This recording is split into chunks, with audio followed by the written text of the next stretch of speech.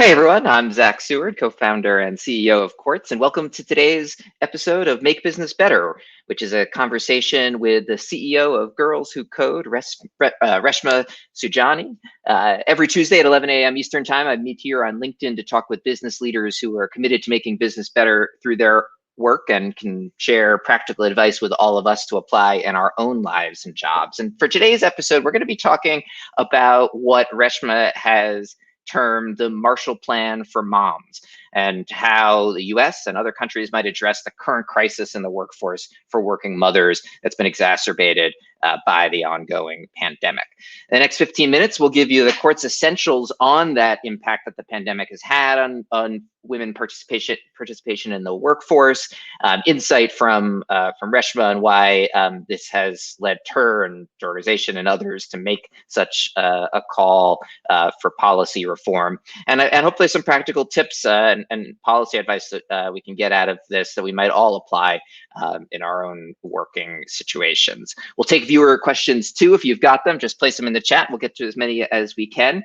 Thanks again for joining us. Let's start with the Quartz essentials, as always. I showed a version of this chart a few months ago when we were just getting the show started, but wanted to bring it back and update with the latest statistics. What we're looking at is change in labor force participation over the last year, split up by men and women. So labor force, when you look at the unemployment rate, that's only counting people who are participating in the labor force, who are actively looking for a job.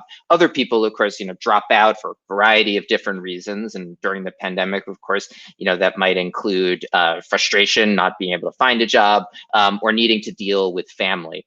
And what we started to see as the pandemic dragged on were more women, and you could see there in September of 2020, particularly pronounced, dropping out of the labor force entirely, driven by family concerns and needs to, as students are going back to school, take care of kids doing that remotely from home, all sorts of reasons. Obviously, it's hard to paint, one picture with these data, but a really striking gap as men return to the labor force at a faster rate, certainly, than women have.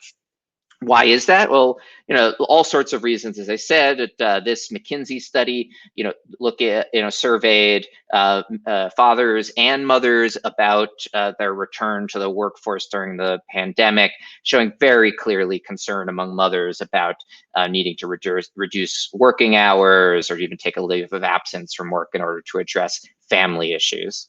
And all of that is, I gather, what led our guest today, Reshma, and her organization, Girls Who Code, to make a call for a Marshall Plan for Moms in this ad, which ran a full-page ad in the New York Times, and which we might as well bring on Reshma now to explain what it says and why it's such an important issue for her. Yeah. Reshma, thanks so much for joining us. So thank you so much for having me. Look, I think we're in a national emergency. This is a national crisis. Women's labor market participation is where it was in 1989. So we lost 30 years of progress in 9 months. And for every 3 mothers that are leaving the workforce, 1 father is. So we know that this pandemic is disproportionately affecting mothers and women. And it's for 2 reasons. The first you alluded to is, we have a daycare crisis. And so when the schools closed and, we had openings and closings, it really wreaked havoc on so many mothers. When we were forced to kind of do hybrid remote learning, it wreaked havoc on so many mothers because we didn't have affordable daycare system. And so many moms, either went on food stamps, moved in with their parents or took the 3rd shift or reduced their hours. And so that had huge consequences on their labor market participation. The second reason why you've seen this huge, you've seen over 2 million women, leave the labor market is because many of them found themselves in jobs that simply weren't pandemic proof, like education, retail, healthcare. And, 70% of, low-income families, a mother is the single breadwinner. So when she loses her job, the entire family suffers. And that's why we've called for a 360 plan, the Marshall Plan for Moms, to get women back to work. Well, let's break that down then. Obviously, there are a whole bunch of causes, as you were just outlining, for dropping out of the labor force. Some hopefully are temporary to the extent that this pandemic proves temporary, but I'm sure that that's naive to expect a full bounce back. So what are the elements of this plan you've called for to address and get some of these issues and get more women back into the labor force? Yeah, so I think the first part of that plan of the Marshall Plan for Moms is, short-term monthly payments for mothers so that they can make choices. Whether that's, money to pay for food, whether that's money to pay for childcare or daycare, but moms are strapped and they don't have a lot of time and they don't have a lot of resources. And so right now, more than ever, cash is important.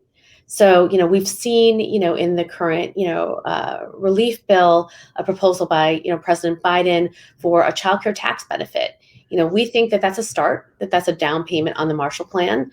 It's not enough, but it begins to have a conversation about why in this moment, cash payments are so important. Second thing is, passing paid leave, having paid leave and passing, affordable daycare. We are one of the only nations in the entire world that doesn't have paid leave, that doesn't have an affordable daycare system. My parents came to this country as refugees.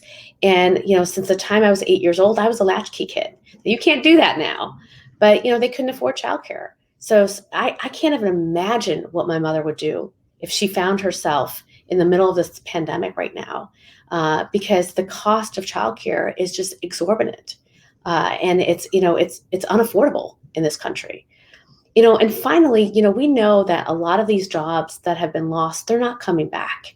And so we have to invest in retraining women, for the jobs of the future.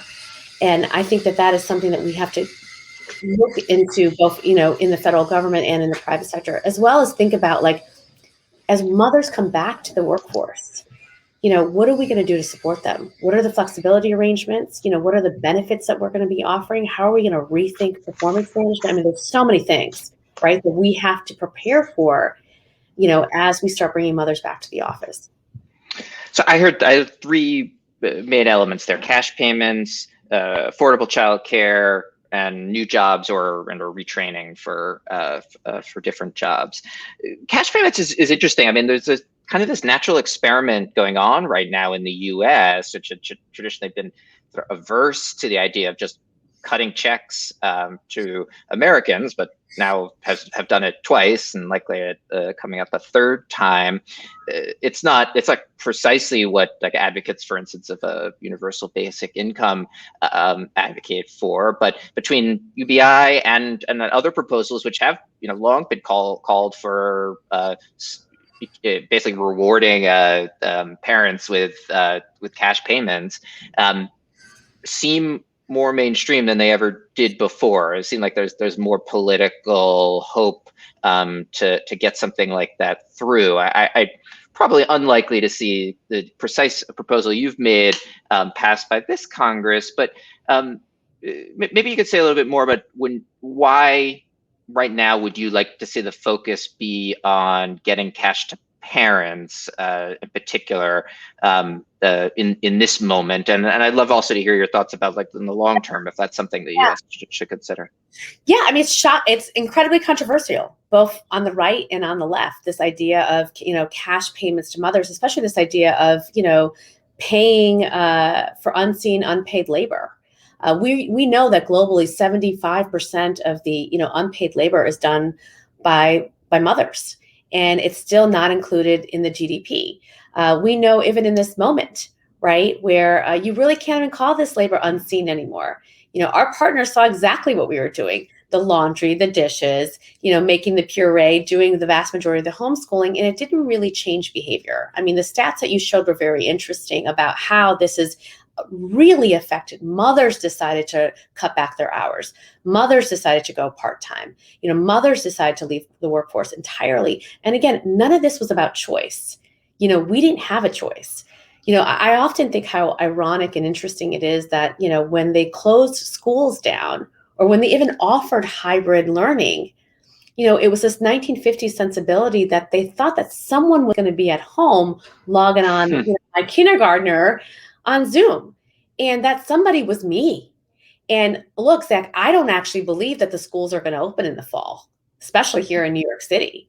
So forget about 1989 labor market participation. We're going to be back to the 1950s unless we do something about it and acknowledge the fact that this labor is being done and it's not being valued.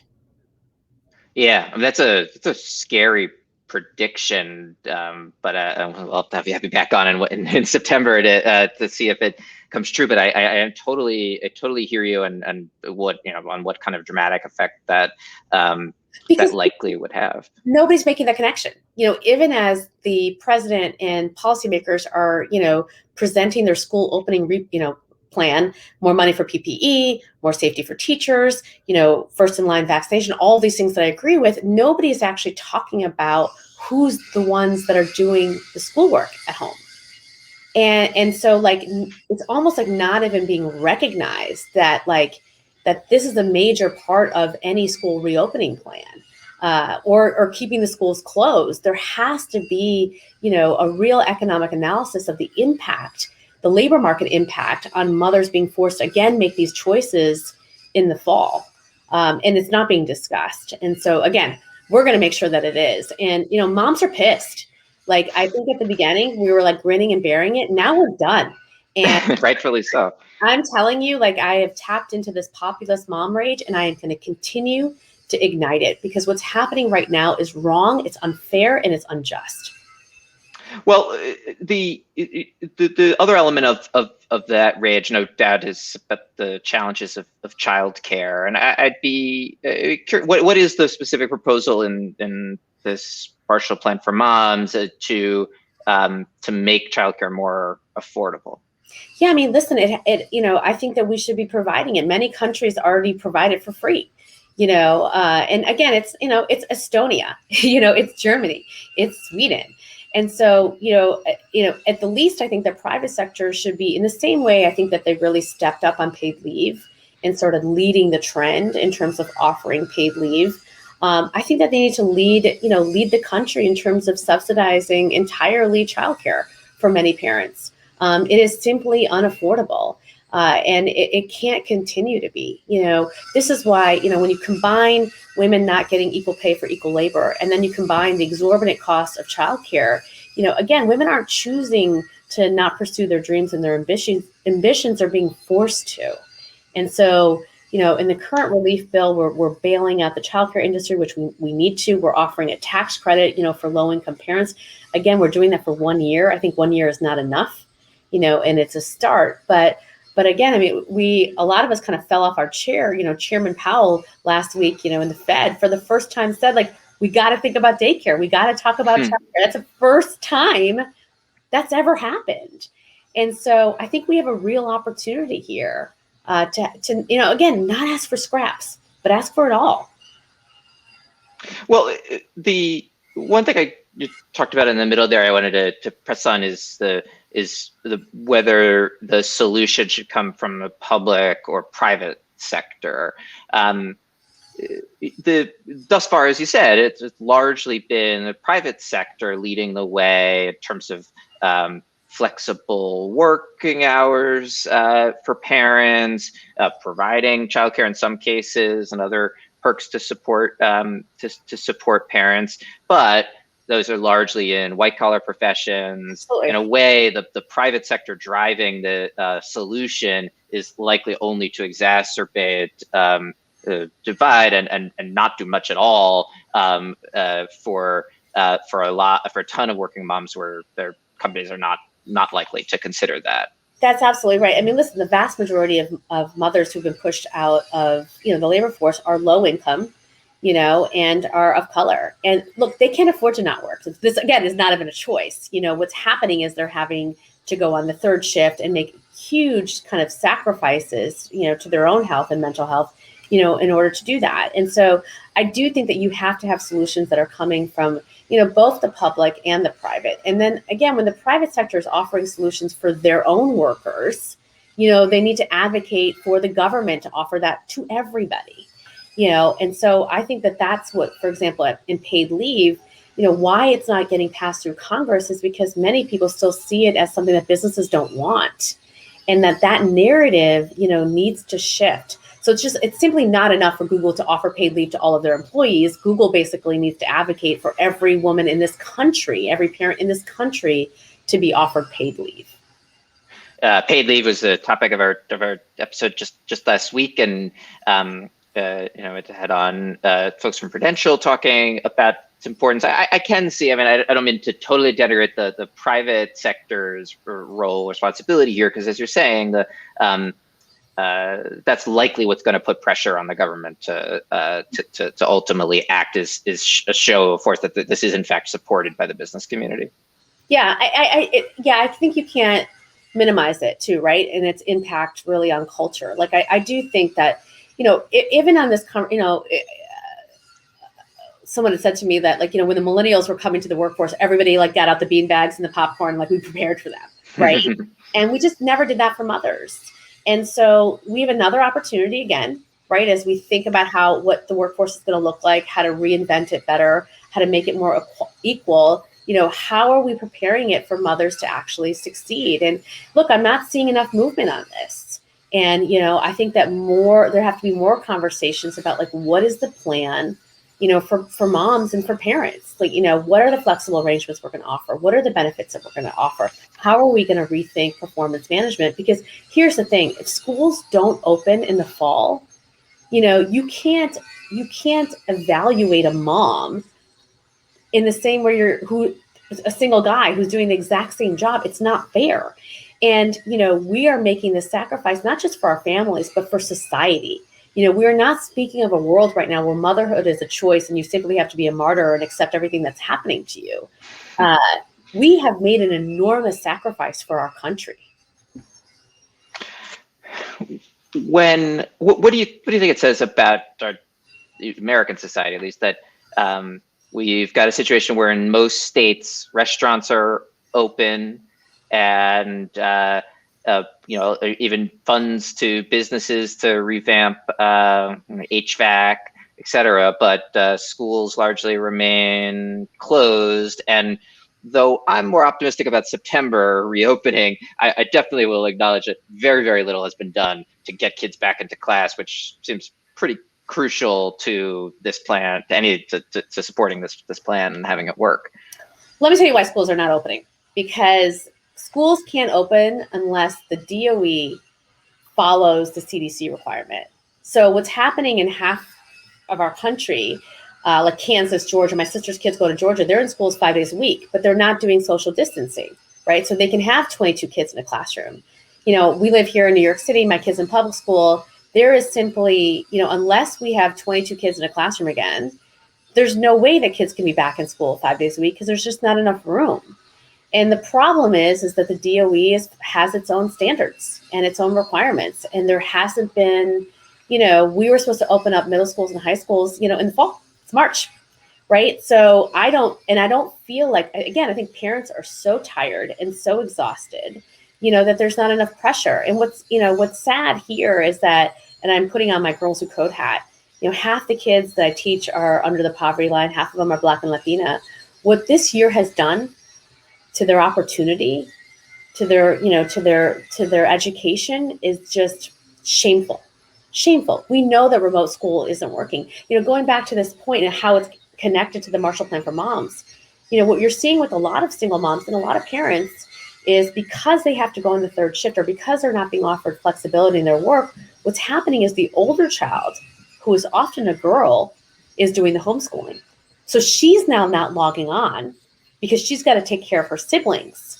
And so no one is paying attention or accounting for the amount of students in the New York City public school system that haven't even logged on. Forget about the digital divide, that they don't have devices, they don't have high-speed internet. Again, we are literally destroying our children, destroying them. And so, and I don't really see an end in sight because, we know now in March what's likely to happen in the fall, and I don't see the plan.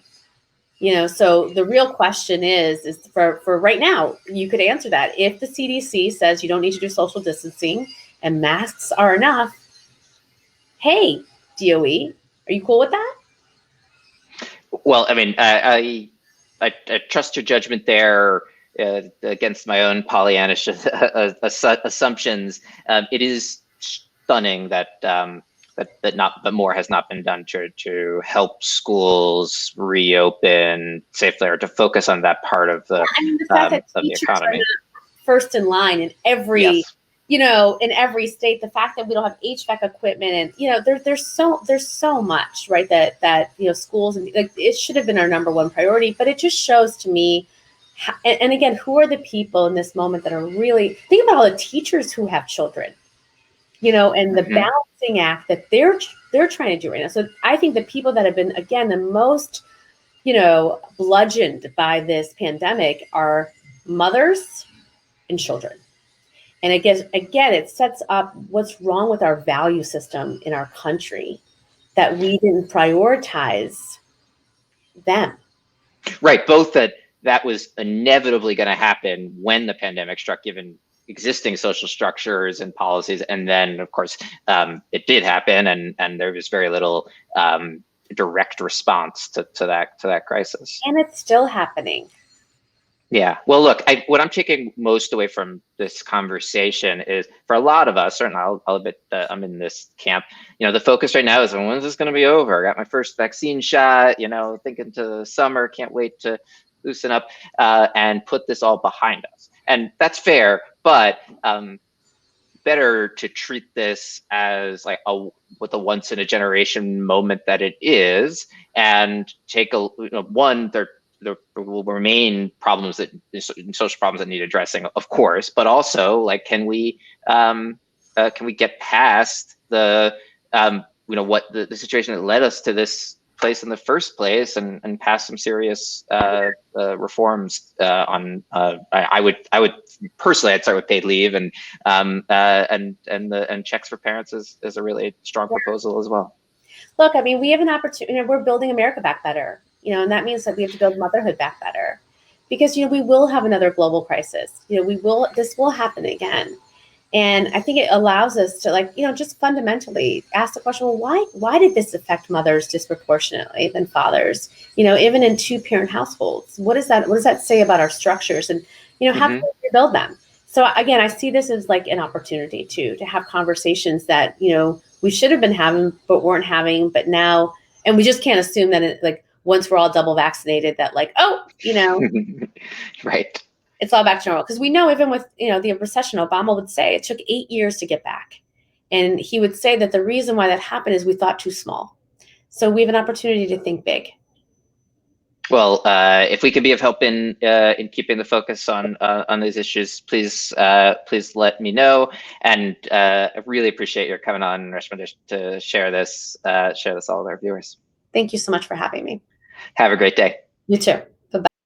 So that's it for today's episode. We'll be back next Tuesday at 11 a.m. Eastern time. As always, I hope you'll join us here. Just follow Quartz on LinkedIn. You'll always be notified whenever we go live. And in the meantime, I encourage you all to sign up for the Quartz Daily Brief, our morning email. It gives you the most important and interesting news in the global economy every morning in your inbox, no matter where you are in the world. That's it for today. Thanks again for joining us. I'm Zach Seward. I'll see you next week.